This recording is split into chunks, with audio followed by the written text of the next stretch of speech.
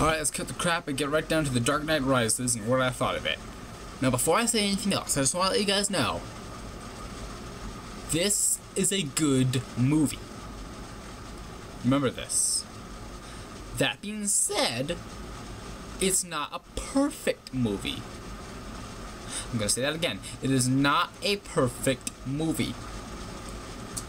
It doesn't have, it's not like it has lots of really big problems that will distract from viewing, but it's just not perfect. So, let me get into details. The last, like, hour, 45 minutes of this movie are amazing. They are grand, they're big, their stakes have never been higher.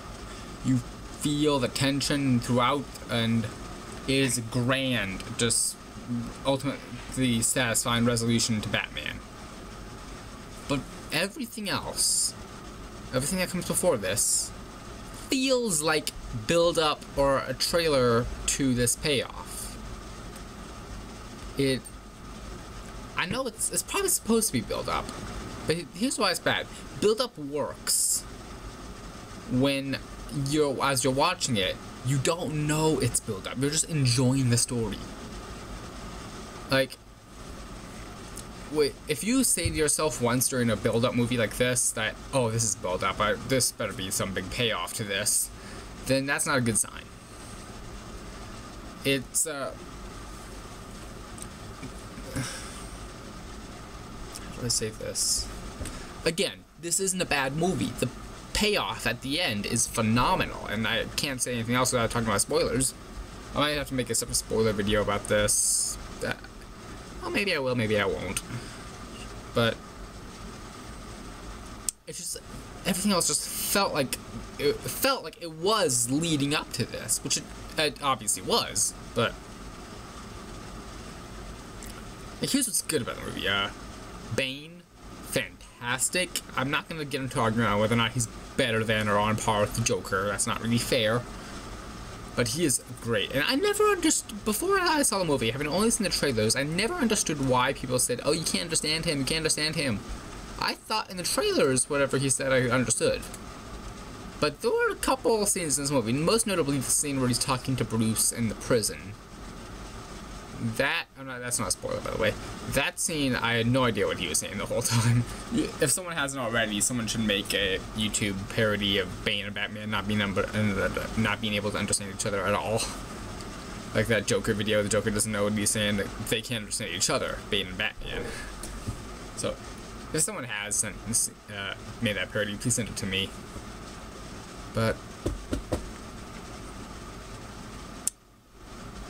Anne Hathaway, I'm still a little shocked that she's in such a classy movie like this. Not that she's a bad actress, but again, it's like Shia LaBeouf. Like, I don't get her popularity because I've seen her in movies when I was a kid.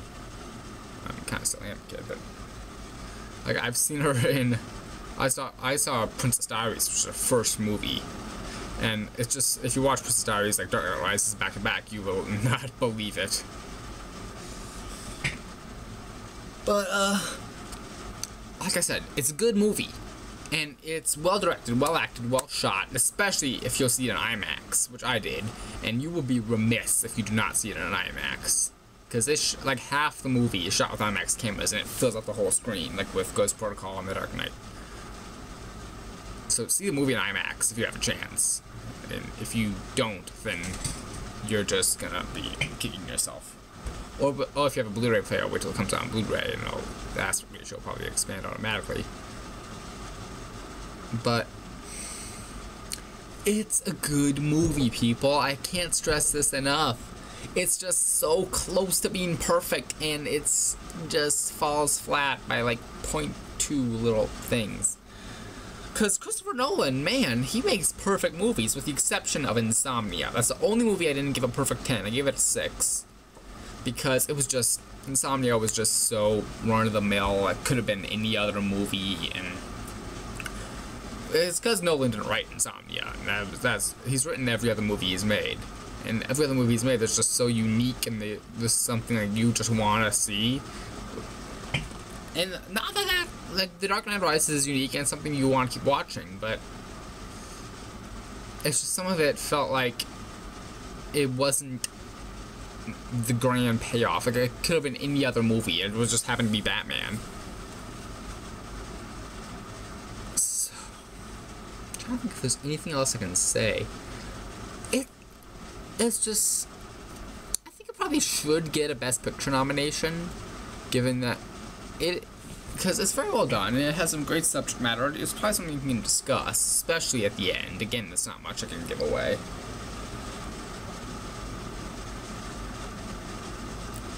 So I give it, because I'm nice, I'm gonna give it a 9 out of 10. It's so close to being perfect, but it doesn't have any really big flaws per se, but it's just when it delivers in spades. Maybe you'll see something in it that I haven't. I've seen less than positive reviews for this movie, or less than perfect reviews for this movie. But make of it what you will. It's definitely something you want to see if you love the series, and like I said, it's a good movie. It's just not the big, grand, like, masterpiece that people made it out to be, or have been wanting it to be. Because I think The Dark Knight was a masterpiece, and I'd even go so far as to say Batman Begins is a masterpiece. I think Batman Begins deserves more credit than The Dark Knight, because that was the first one that did it. Neither here nor there. Dark Knight Rises, the end is the last hour of the movie is great payoff. It's like edge of your seat. But you just had to, it felt like a 3-course meal with, like, Cheez-Its as the appetizer, a microwavable lean cuisine as the entree, but they went all out for the dessert. I'm talking about just this movie, I'm talking about the series as a whole. It's an odd metaphor, I know, but probably the last thing I'm gonna say on The Dark Knight Rises, it's worth seeing, it's a great movie. It's just, I don't know if I can say anything about opinion myself. You tell me. Let me know in the comments what you thought of this movie, if you thought it was perfect or not. Friends227 out.